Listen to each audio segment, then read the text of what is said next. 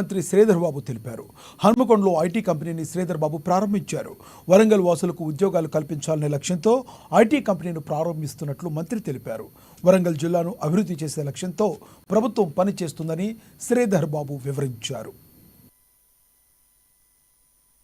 నిజంగానే రంజిత్ గారిని అభినందిస్తా ఉన్నా.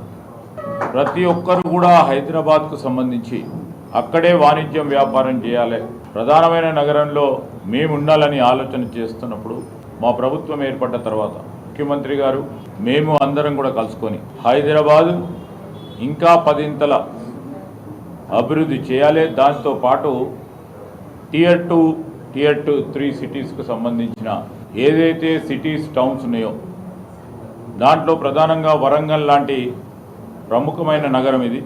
అప్పుడు కానీ ఉమ్మడి ఆంధ్రప్రదేశ్ రాష్ట్రంలో కానీ ఇప్పుడు తెలంగాణ రాష్ట్రంలో కానీ ఇక్కడ ఒక చదువుల కేంద్రంగా, సరస్వతి నిలయంగా, విజ్ఞానానికి నిలయంగా ఒక కాకతీయ విశ్వవిద్యాలయం, ఆనాడు REC, NIT, ఈరోజు అనేక కళాశాలలకు పుట్టినిల్లుగా ఈ ప్రాంతం ఒక విద్యా నిలయంగా నిలిచింది.